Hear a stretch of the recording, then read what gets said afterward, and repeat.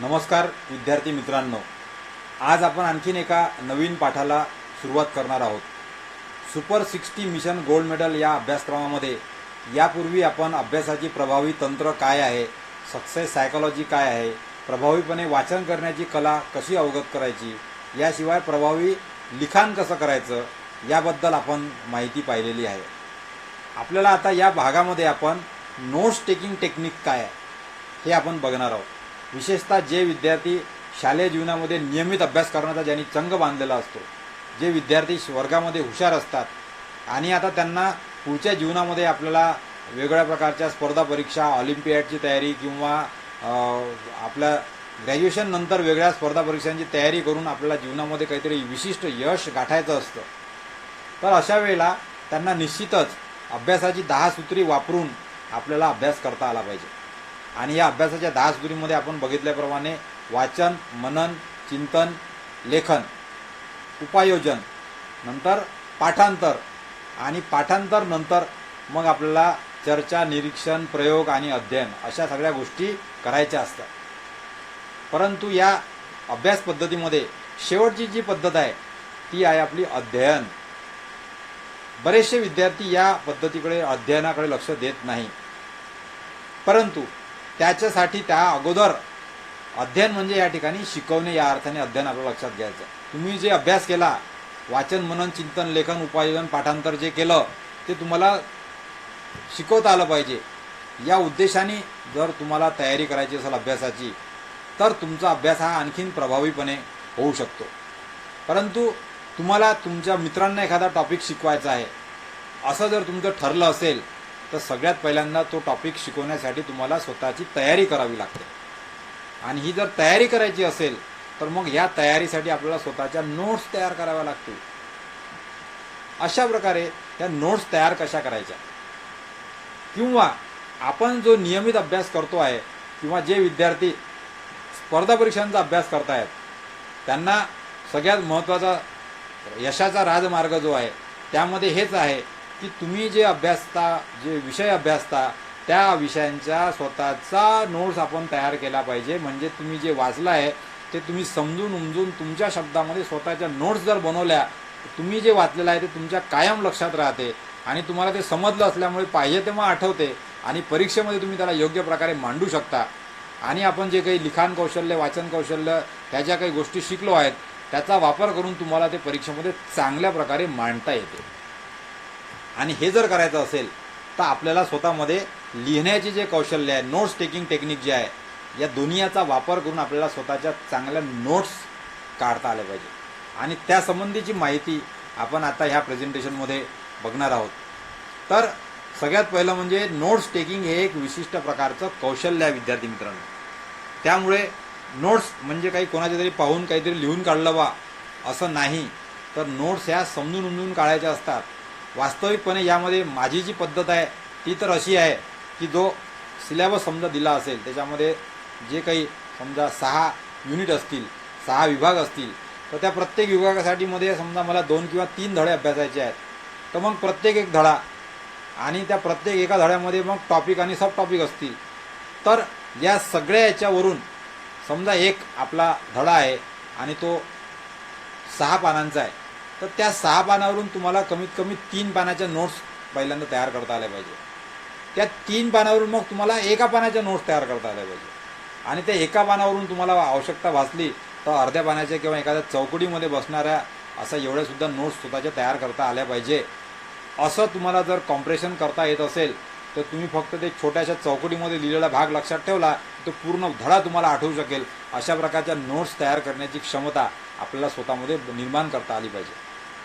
आणि म्हणून मी तर सातत्याने माझा हा कायमचा प्रयत्न नेहमी प्रत्येक वेळा केला आहे की एखाद्या विषयाचा जर जेवढे धडे असतील तेवढ्या पानांच्या नोट्स मी पहिल्यांदा तयार करतो. म्हणजे एका धड्याची नोट्स एका पानावर, आणि मग त्या एका पानावाला आणखीन त्याला शॉर्टकटमध्ये करून मग संपूर्ण धडे फक्त एका पानाच्या मागून पुढून एवढ्या भागावर बस. असा एकच कागद जर तुम्ही वाचला आणि त्याची उजळणी केली तर तुम्हाला पुढचे सगळे धड्यांचे कागद आठवतील आणि त्या धड्यातून मग पूर्ण धड्यातली माहिती आठवेल. अशा प्रकारची रचना आपल्या बुद्धीमध्ये आपल्याला ईश्वराने दिलेली ही शक्ती आहे, त्याचा वापर आपल्याला करता येते. आपल्या अंतर्मनामध्ये प्रचंड ज्ञान लक्षात ठेवण्याची जी क्षमता आहे ती तुम्हाला योग्य पद्धतीने नोट्स काढून त्याला लक्षात ठेवून विशिष्ट पद्धतीने त्याला आठवून परीक्षेमध्ये उतरवण्याची कला ही आपण आता विकसित केली पाहिजे. त्यासाठी नोट्स टेकिंग हे एक विशिष्ट कौशल्य आहे आणि हे प्रॅक्टिस करून आपण जर प्रयत्न केला तर हे आपल्याला चांगल्या प्रकारे अवगत करता येते. त्याबद्दलची अधिक माहिती आपण आता टप्प्याटप्प्याने पाहणार आहोत. तर 4 पर्पजेस फॉर नोट्स टेकिंग काय आहे, का बरं आपण नोट्स काढल्या पाहिजे. तर पहिला आहे की it provides A return record for review. आपण कोणता अभ्यास केला, किती केला याच्याबद्दलचं आपल्याला पाहायचं असेल तर नोट्सवरून ते आपल्याला कळते की बा मी काय काय अभ्यास, कोणता कोणता मुद्दे माझे, कोणते पाठ किंवा कोणता अभ्यासक्रम माझा कव्हर झालेला आहे. त्यानंतर it forces the listener to pay the attention. Notes ज्या आहे त्या वाचताना वाचकाचं लक्ष त्या वाचनाकडे जाते. हा सुद्धा स्वतःच्या नोट्सचा फायदा आहे, कारण आपण ते स्वतः लिहिलेले असतात, त्याच आपल्याला समजायला सोप्या जातात. त्यामुळे हा एक सुद्धा त्याचा एक उद्देश आहे. त्यानंतर it requires the organisation which involves the active efforts on the part of the listener. ऐकणाऱ्यासाठी या नोट्स योग्य वाटल्या पाहिजे. या पद्धतीने आपण जर त्या नोट्स लिहायचा उद्देश आपण जर समोर ठेवला तर त्या योग्य प्रकारे त्या नोट्स तयार होतात आणि यामध्ये लिहिणारा जो आहे त्याला ॲक्टिव्ह त्याला ठेवलं जाते. तो सजग राहून हे सगळं लिखाण करू शकतो. अशा प्रकारचा उद्देश आपल्याला नोट्स बनवताना साध्य करता येतो. आणि याच्यामध्ये आणखीन एक असं आहे की listener must condense and rephrase which aids the understanding. जो लिहिणार आहे त्यांनी जर लक्षात घेतलं की वाचणाऱ्याला हे ताबडतोब समजलं पाहिजे तर तो लिहितानाच अशा प्रकारचं लिहितो की त्याचं वाचकाला त्याचं अंडरस्टँडिंग योग्य प्रकारे होईल. आणि नेमकं अशा प्रकारचे फायदे मिळवण्यासाठी आपण स्वतःच्या नोट्स या सगळे फायदे समोर ठेवून जर आपण तयार केला तर त्या उत्कृष्ट नोट्स अशा आपण स्वतःबद्दल तयार करू शकतो आणि त्या आपल्याला समजायला सोपं जातात. आता या नोट्ससाठी काही महत्त्वाचे फॅक्टर्स आहेत की तुम्ही वर्गामध्ये जर तुम्ही ह्या नोट्स घेत असाल क्लासमध्ये तर तुम्ही कुठे बसता हे महत्त्वाचं लक्षात ठेवलं पाहिजे. मी तर सातत्याने नेहमी प्रयत्न करत आलो आहे की वर्गामध्ये मी समोरच्या बेंचवर बसलो पाहिजे, म्हणजे बसलो पाहिजेच. हा माझा नेहमीचा चंग राहत होता. समोर बसलं म्हणजे शिक्षक तुम्हाला सांगित असतील त्याचा डायरेक्ट तुम्हाला ॲक्सेस असतो. मधात दुसरे कोणते विद्यार्थी येणार, त्यांचा डिस्टर्बन्स येणार असा काहीही भाग नसतो आणि तुम्हाला पटकन चटकन ते समोरचं दिसून ताबडतोब तुम्ही तुमच्या वहीवर त्याची नोंद घेऊ शकता. तुमच्या रफ नोट्स या क्लासमध्येच तुमच्या वर्गामध्येच अभ्यास शिकत असतानाच तयार होऊ शकतात. म्हणून समोरच्या भागामध्ये बसलं की स्पष्ट ऐकू येणे, स्पष्ट दिसणे आणि कुठल्याही प्रकारची डिस्टर्बन्स न येता आपल्याला त्या सगळ्या गोष्टी करता येणे हे आपल्याला सोपं जाते. म्हणून वर्गामध्ये स्वतःच्या रफ नोट्स तयार करताना या गोष्टी लक्षात ठेवल्या पाहिजे. त्यानंतर दुसरं आहे की वर्गामध्ये नोट्स तयार करत असताना आपल्याजवळ योग्य ते साहित्य उपलब्ध असलं पाहिजे. उदाहरणार्थ नोट्स घेता घेतात आपल्या पेनातली कांडी संपली असं व्हायला नको, म्हणून आपल्याजवळ एखादा एक्स्ट्रा पेन असला पाहिजे. कागदामध्ये वह्या ज्या आहे, रजिस्टरसुद्धा जे आहे नोट्स घेत असताना, तर मी तुम्हाला सगळ्यांना सांगू इच्छेल की तुम्ही जेव्हा नोट्स घेता तेव्हा असं रुंद पानावालं जे रजिस्टर असते, आपल्या शाळेमध्ये लंबी जी अशी वही असते लॉंग एक्सरसाइज बुक, त्याच्याऐवजी अकाउंटचं बुक जे असते थोडं रुंदवालं असते ते. अशा प्रकारे A4 साईजचं अकाउंटच्या बुकच्या साईजचा जो नोट्स वह्या आहे त्या वह्या नोट्ससाठी वापरल्या पाहिजे. म्हणजे त्या कागदावर थोडी जागा जास्त असते, रुंदी जास्त असते आपल्याला. आणि बऱ्याचशा विद्यापीठामध्ये सुद्धा उत्तरपत्रिका ही जास्त रुंदीचीच असते, अशी A4 साईजच्या कागदाची असते. तर अशा प्रकारचे कागदाची साईजची वही आपण जर नोट्स काढण्यासाठी वापरली तर त्याचा आपल्याला चांगला फायदा होतो, हे मी तुम्हाला पुढे सांगणारच आहेत.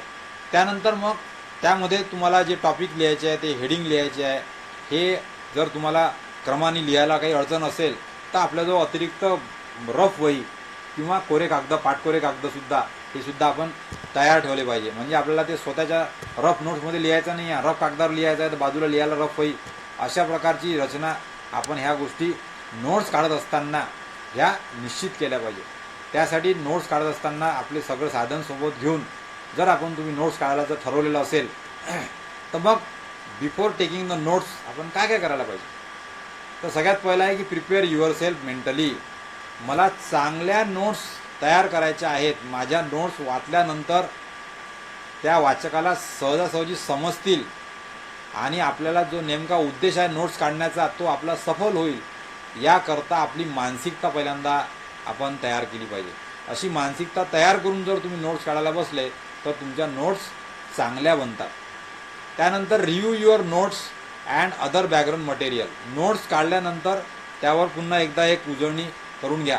काही सुटलं तर नाही आपलं वगैरे असं काही अंदाज घेतला तर असं करत गेल्यामुळे तुम्हाला ही एकदाची सवय पडते नोट्स काढण्याची, आणि मग तुमचं नोट्स काढण्याचं जे कौशल्य आहे ते हळूहळू प्रगत होत जाते.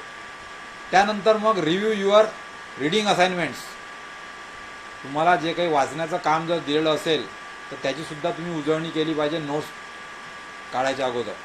तुम्हाला ज्या पुस्तकातल्या ज्या भागावर नोट्स काढायच्या आहेत त्याला पहिल्यांदा एकदा पूर्ण वाचून घ्या सगळं, आणि नंतर मग त्याच्यावर त्या धड्यावरच्या नोट्स काढायला सुरुवात करा. जर तुम्ही ते वाचलेलं नसेल तर नोट्स काढताना तुम्हाला जास्त वेळ लागेल आणि तुम्हाला बऱ्याच वेळा त्याचं आकलन होणार नाही, आणि म्हणून एका धड्याची आउटलाईन काय आहे हे आपल्याला सगळं समोर जर लक्षात आलं तर आपल्याला ते चांगल्या प्रकारे नोट्स काढायला सुरुवात करता येते. आणि त्याशिवाय जर आपण वर्गामध्ये जे शिकवलेलं आहे त्याच्याबद्दल आपण जर घरी येऊन नोट्स काढणार असू तर मग वर्गाच्या वहीमध्ये ज्या काही रफ नोट्स आपण काढलेल्या असतील त्या आपल्याला आठवून मग आपल्या घरी आपल्याला फायनल आपल्या नोट्स ज्या आहेत त्या पूर्ण करता येऊ शकतील. अशा प्रकारे नोट्स काढायच्या अगोदर ह्या गोष्टी लक्षात ठेवून आपण नोट्स काढायला सुरुवात केली पाहिजे. काही आणखीन गोष्टी आपण लक्षात घेतल्या पाहिजे. त्यातलं म्हणजे जनरेट इंथुझियाझम अँड इंटरेस्ट.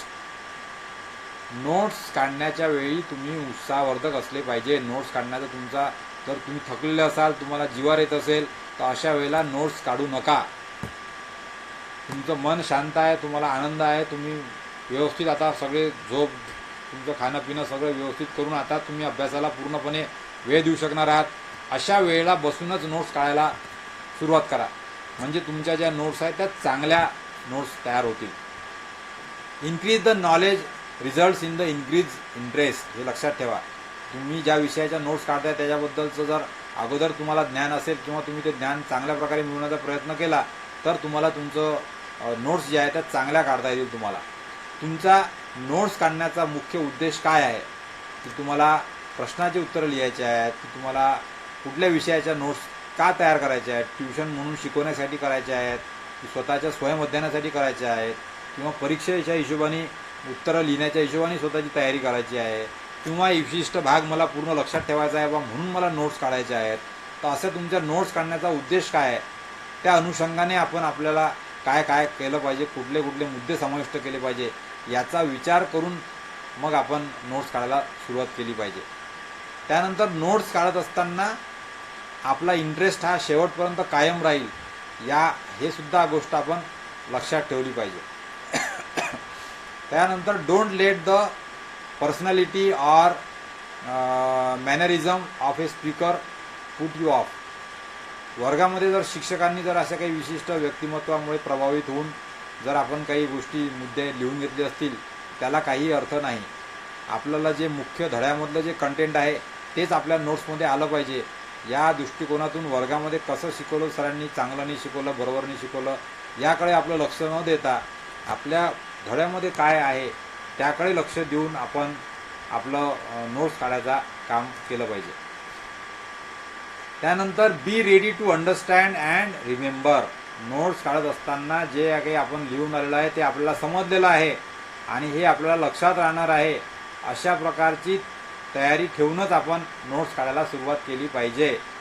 नाही तर फक्त एक कारवाई म्हणून आपण नोट्स काढून आलो आहे आणि ते समजूनही घेत नाही आहे आणि आपण ते लक्षात पण ठेवत नाही आहे तर मग त्या नोट्स काढण्याचा काही फायदा नाही मित्रांनो.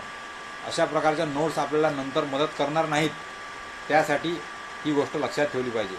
त्यानंतर anticipate what is to come and evaluate how well you are able to do it. म्हणून तुम्हाला तुमच्या नोट्स नंतर कशा मदत करतील, तुम्हाला त्याचा उपयोग कसा चांगल्या प्रकारे होईल या गोष्टी लक्षात ठेवून आपण आपल्या नोट्स काढल्या पाहिजे. मागील वेळेला नोट्स काढताना आपल्या काय चुका झाल्या त्याच्याबद्दल सुद्धा आपण आकलन केलं पाहिजे आणि त्यातून आपल्या नोट्स काढण्याच्या तंत्रामध्ये आपण हळूहळू बदल करत आपल्याला चांगल्या नोट्स काढता येण्याचा सराव हा आपण सातत्याने सुरू ठेवला पाहिजे. आता अशा नोट्स काढत असताना decide how much you are going to do. किती नोट्स काढायच्या आहेत, किती धड्याच्या काढायच्या आहेत, किती चॅप्टरच्या काढायच्या आहेत किंवा ह्या 2 टॉपिकच्याच काढायच्या आहेत, हे पहिल्यांदा निश्चित करा. नाही तर मग आपलं टार्गेट ठरलेलं नाही आहे आणि मग आपण नोट्स काढत बसलो आणि आपण वेळेचं नियोजन न करता आपला वेळ वाया घालून आलो असेल तर ते काही कामाची गोष्ट नाही. म्हणून किती प्रमाणामध्ये ह्या नोट्स उपयोगी आहेत, या नोट्स तुम्हाला पुरेपूर होणार आहेत का, या तुम्हाला पूर्ण लक्षात ठेवता येणार आहेत का, तुम्हाला ह्या आणखीन थोडक्यात पाहिजे की थोड्या दीर्घोत्तरी पाहिजे, कशा पाहिजे, वर्णन पाहिजे, या सगळ्याचा अंदाज आपण पहिल्यांदा घेतला पाहिजे आणि त्यानंतर मग नोट्स काढायची तयारी केली पाहिजे. नोट्स काढताना किती गोष्टी मला समाविष्ट करायच्या आहेत हे या सगळ्या गोष्टीवरून ते निश्चित होईल आणि तुम्हाला चांगल्या नोट्स ज्या आहे त्या तयार मिळतील. यामध्ये आणखीन काही गोष्टी लक्षात घेतल्या तर आपण यामध्ये बघू शकतो की get all the main ideas. Notes काढत असताना मुख्य ज्या आयडिया असतील त्या सगळ्या आयडिया तुमच्या नोट्समध्ये कव्हर झाल्या पाहिजेत हे लक्षात ठेवा. Record some details, illustrations and implications. तुमच्या पुस्तकामध्ये काही आकृत्या दिल्या असतील, काही संख्या दिल्या असतील, काही अशी महत्त्वाची माहिती दिली असेल तर तीसुद्धा माहिती तुमच्या नोट्समध्ये तुम्ही समाविष्ट केली पाहिजे. त्यानंतर काही ठिकाणी तुम्ही पॅराफ्रेझिंग वापरू शकता. काही ठिकाणी तुम्हाला स्वतःचं शब्दामध्ये विशिष्ट वर्णन पाहिजे असेल तर ते सुद्धा करता येईल किंवा काही गोष्टी पुस्तकातल्या जशाच्या तसंच तुम्हाला तुमच्या वर्णनामध्ये, उत्तरामध्ये, नोट्समध्ये घेता येतील. Integrate with other knowledge and you already have. Notes काढत असताना जे आपण नोट्स लिहितो आहे त्या पुस्तकात काय दिलेले आहे, मला काय माहिती आहे आणि त्यातून मला काय समजलं, म्हणजे अगोदर असलेली माहिती, पुस्तकात दिलेली माहिती आणि आपण आता त्याला समजून जे काय लिहितो आहे या प्रकारची क्रिया करून आपण आपल्याला जे समजेल ते आपल्या भाषेमध्ये आपण नोट्स काढल्या पाहिजे. त्यानंतर use form to indicate the relative importance of item. काही ठिकाणी आपण अशा प्रकारचा फॉर्म वापरून विशिष्ट गोष्टींचं महत्त्वाचं काय महत्त्व आहे याचंसुद्धा मार्गदर्शनाचं काही नोट्समध्ये त्या ठिकाणी आपण बाजूला लिहून ठेवू शकतो. त्यानंतर underscore or star the major points. मुख्य मुद्दे जे असतील त्याला अंडरलाईन करायची किंवा त्याला इकडे स्टार मारून त्याला हायलाईट करायचं किंवा वेगळ्या कलरनी त्याला अधोरेखांकित करायचं, म्हणजे नोट्स वाचताना सुद्धा तुम्हाला त्याचा फायदा होईल. म्हणून मी स्वतः तर नोट्स काढत असताना वेगवेगळ्या 3-4 कलरच्या पेनचा वापर करत होतो. म्हणजे एक मुद्दा वेगळ्या कलरमध्ये, दुसरा मुद्दा दुसऱ्या कलरमध्ये आणि त्यामध्ये पण underline, star, over writing, bold अशा प्रकारचे किंवा लहान मोठे अक्षरं वापरून नोट्स आपण जर लिहिल्या तर त्या आपल्याला व्हिज्युअली जास्त इम्पॅक्ट देतात आणि त्या लक्षात राहायला सोप्या जातात. Leave plenty of the white space for the later additions. जर तुम्हाला असं वाटत असेल की तुम्हाला ॲजनमध्ये काहीतरी आणखीन गोष्टी टाकायच्या असतील तर अशा वेळेला थोडी जागा, खाली 2-3 ओळीची कोरी जागा पण आपल्याला त्या नोट्समध्ये त्या पानावर सोडता येऊ शकेल. Note the speaker's organization of the material. तुम्हाला सरांनी जे शिकवलं त्यावेळेला त्या कोणत्या क्रमाने शिकवलं हे सुद्धा आपण आपल्या नोट्स लिहिताना लक्षात घेतलं पाहिजे. त्यानंतर ऑर्गनायझेशन द एड्स मेमरी. आपल्याला इतर काही आठवत असतील त्याबद्दल त्याचासुद्धा समावेश आपण आपल्या याच्यामध्ये आणण्याचा प्रयत्न केला पाहिजे. त्यानंतर ज्या वर्णन तुम्ही लिहिताय, जो अभ्यास लिहिताय, जो विषय लिहितायत यामध्ये जर तुम्हाला काही त्रुटी आढळून येत असतील तर त्या त्रुटीसुद्धा तुम्ही बाजूला लिहून ठेवल्या पाहिजे. त्यामुळे तुम्हाला नंतरच्या भागामध्ये त्याचं सविस्तर वर्णन लक्षात घेण्यासाठी ते त्रुटी यामध्ये काही राहिल्या असतील तर त्या तुम्हाला फायदेकारक ठरतील.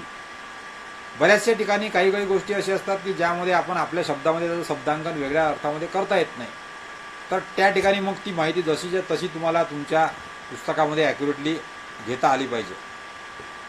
अशा पद्धतीने या सगळ्या गोष्टी आपण जर लक्षात ठेवल्या तर आपल्याला आपल्या ज्या स्वतःच्या नोट्स आहेत त्या चांगल्या प्रकारे तयार करता येतात. आणखीन काही मुद्दे आपण नोट्स काढताना लक्षात घेतले पाहिजे. त्यातला आहे be an aggressive not a passive or listener. लिहित असताना आपण भराभर आपल्याकडून मांडलं गेलं पाहिजे आणि आपल्याला खूप सारं आठवत आहे अशा प्रकारच्या फोर्समध्ये आपण लिहू शकलो पाहिजे. अशा प्रकारची ॲग्रेसिव्ह भूमिका आपली लिहिताना असली पाहिजे. Ask questions and discuss it if permitted. प्रश्न विचारा स्वतःला नोट्स काढत असताना. पुस्तकावरून जे वाचून आले तुम्ही त्यातून प्रश्न वाचा, विचारा आणि त्याच्यावर तुम्हाला लगेच उत्तर मिळेल आणि त्याच्यानुसार मग तुम्हाला नोट्स काढताना तुम्हाला सोपं जाईल. जर तुम्हाला प्रश्न विचारायचे नसतील तर ते प्रश्न तुम्ही सध्याचे लिहून सुद्धा ठेवू शकता आणि नंतर मग तुमच्या नोट्स काढणं संपल्यानंतर शेवटी मग त्या प्रश्नाच्या अनुषंगाने जर काही राहिलं असेल तर याचा समावेश तुम्हाला तुमच्या लिखाणामध्ये करता येईल. तुमच्या लिखाणामध्ये जो तुम्हाला मुख्य मुद्दा मांडायचा आहे तो त्या नोट्समध्ये व्यवस्थितपणे आला पाहिजे. नाहीतर सिंपल सेंटेन्स वाक्य वापरायचे आहे बा म्हणून खूप सारं आपण काहीतरी जर लिहित बसलो तर मग आपल्याला त्याचा फायदा काही होणार नाही. त्यानंतर नोट्समध्ये पण तुम्ही एक अजून करू शकता की जे महत्त्वाचे मुद्दे किंवा अशा म्हणी किंवा फॉर्म्युला किंवा सूत्र असतील तर ह्या आपण विशिष्ट करून चौकट पाडून तिकडे विशिष्ट हायलाईट करून आपण आपल्या नोट्समध्ये त्याची नोंद घेतली पाहिजे. काही ठिकाणी तुम्हाला प्लस किंवा मायनस किंवा इक्वल टू अँड किंवा ॲट किंवा स्टार किंवा हॅश अशा प्रकारचे विशिष्ट सिम्बॉलसुद्धा काही गोष्टी लक्षात ठेवण्यासाठी तुम्हाला वापरता आले पाहिजे. काही ठिकाणी तुम्ही छोटे कोडवर्ड पण तयार करू शकता. ॲब्रिव्हेशन्स तुम्हाला तयार करता येतील. अशा प्रकारचे ॲब्रिव्हेशन्स तयार केले की त्याच्यावरून त्याचे मुद्दे आणि त्या मुद्द्यांवरून त्यांचं वर्णन अशा प्रकारे मोठी माहिती तुम्हाला थोडक्यामध्ये लक्षात ठेवता येते त्या ॲब्रिव्हेशन्सवरून. तर अशा ह्या सगळ्या वेगवेगळ्या गोष्टी आपल्याला नोट्स काढत असताना आपल्याला आपल्या अंगवळणी आपण पाळल्या पाहिजे. आता नोट्स काढल्या की नोट्स काढल्यानंतर काय करायला पाहिजे. आफ्टर टेकिंग द नोट्स आपण त्याचा रिव्ह्यू घेतला पाहिजे किंवा त्यामध्ये काही शब्द उच्चार चुकले असतील किंवा बरोबर करायचे असतील तर त्याच्यासुद्धा आपण लक्षात घेतलं पाहिजे. You should consider this is and scheduling your workload. Review घेण्यासाठी नोट्सचा रिव्ह्यू घेण्यासाठी आपण विशिष्ट वेळ जर राखून ठेवला तर आपल्याला हे व्यवस्थित करता येईल आणि मग आपल्याला आपल्या नोट्स ज्या आहे त्या फायनली योग्य प्रकारे करता येईल. कधी एखादा भाग आपल्याला जर वाटला असेल की बा हा आपल्याला बरोबर लिहिला नाही गेला तर तुम्ही त्याला पुन्हा दुरुस्त करून त्या नोट्स तुम्ही स्वतःच्या रिवाईजसुद्धा करू शकता. बऱ्याच वेळा तुम्हाला अशा नोट्स लिहिल्यानंतर तुम्ही जुन्या नोट्स आणि नवीन नोट्स याचीसुद्धा तुलना करू शकता आणि तुलना करून दोघांमधून तुम्हाला जे काही चांगलं आणि योग्य समजण्यासारखं वाटते त्याबद्दलच्या वेगळ्या नोट्स तुम्हाला पुन्हा काढता येतील. अशा प्रकारे बऱ्याच वेळा नोट्स काढताना तुम्हाला प्रश्नांची उत्तरेसुद्धा समाविष्ट करता येतील की स्वतःच्या नोट्स पूर्ण पहिल्यांदा एका धड्यातल्या नोट्स स्वतःच्या काढल्या की मग त्याच्या शेवटी नोट्स काढताना स्वतःच्या प्रश्नांची थोडक्यात पॉईंट वाईज उत्तरे आपल्याला तयार करता येऊ शकते. आणि अशी पॉईंट वाईज उत्तरे तयार केली तर मग त्याचे दीर्घ उत्तरं लिहिण्याचं काम आपल्याला तुम्हाला नंतर करता येईल. परंतु तुमच्याकडे अशा प्रश्नांचे एक समरीचं एक छोटंसं शीट उत्तरांचं प्रत्येक धड्याच्या नोट्सच्या नंतर प्रश्नांचे असे कीवर्ड्सच्या स्वरूपातली उत्तरं असे एक समरी तुमच्याकडे तयार होईल. त्याचा वापर तुम्ही नंतरच्या काळामध्ये आणखीन आपलं सविस्तर वर्णन करण्यासाठी करू शकता. त्यानंतर आपल्याला नोट्स टेकिंगच्या काही वेगळ्या पद्धती आहेत त्या आपण आता या ठिकाणी शिकून घेऊ. काही आणखीन मुद्दे असतील आपल्याला ते आपण जर लक्षात घेतले तर आपल्याला आपलं जे नोट्स आहे त्या आणखीन चांगल्या करता येतील. ते या ठिकाणी मी बऱ्याचशा गोष्टी या ठिकाणी दिलेल्या आहेत त्या अगोदर मी चर्चा केल्या. त्याचा तुम्ही व्यवस्थित योग्य वाचून आपल्याला कसा उपयोग करता येईल हे आपण समजून घ्याव्यात. आता आपण मुख्य भागाकडे वळणार आहोत की नोट्स कशा पद्धतीने काढायच्या, त्याच्या वेगळ्या पद्धती काय आहेत. तर त्यातली पहिली पद्धत जी आहे ती आपण आता या ठिकाणी मी दिलेली आहे. त्याचं नाव आहे कॉर्नेल नोट्स टेकिंग. आता ह्या ठिकाणी आपल्याला नोट्स कशा काढायच्या त्याच्याकरता एक पद्धत दिलेली आहे की नोट्स टेकिंगचा एरिया कसा असला पाहिजे. याच्यामध्ये नोट्स टेकिंगमध्ये हा जो भाग दाखवलेला आहे हा तुमच्या पूर्ण पानामध्ये हा भाग आहे तुमचा नोट्स टेकिंग एरिया. यामध्ये तुम्हाला नोट्स लिहायच्या आहे. त्याच्या बाजूला इथे जो दाखवलेला आहे हा वेगळा एरिया दाखवलेला आहे आणि खालची जी पट्टी दाखवलेली आहे ही एवढी ही पट्टी वेगळी आहे. तर अशा प्रकारचे नोट्स काढत असताना तुम्हाला पहिल्यांदा अशा प्रकारची एक चौकट आखून घेतली पाहिजे. त्यानंतर खाली एक अशी पट्टी वेगळी सोडली पाहिजे आणि इकडच्या बाजूला उभी पट्टी सोडली पाहिजे. याचे मापसुद्धा दिलेले आहे की बा 2.5 इंच आणि 6 इंच म्हणजे 8.5 इंचाचा कागद तुमचा झाला बरोबर आहे. आणि हा उभा कागद 11 इंचाचा आहे A4 साईजचा कागद हा आहे. या A4 साईजमध्ये खालून 2 इंचावर आडवी पट्टी आणि मग हा वरचा भाग, अशा प्रकारे एका कागदाला आपण 3 भागामध्ये विभागलेला आहे. त्यातला मुख्य एरिया म्हणजे आपला नोट्स टेकिंग एरिया आहे. दुसरा आपला खालचा भाग म्हणजे समरी एरिया आहे. म्हणजे या ठिकाणी तुम्हाला तुमच्या या पानावरचा सारांश तुम्हाला इथे लिहिता येऊ शकेल.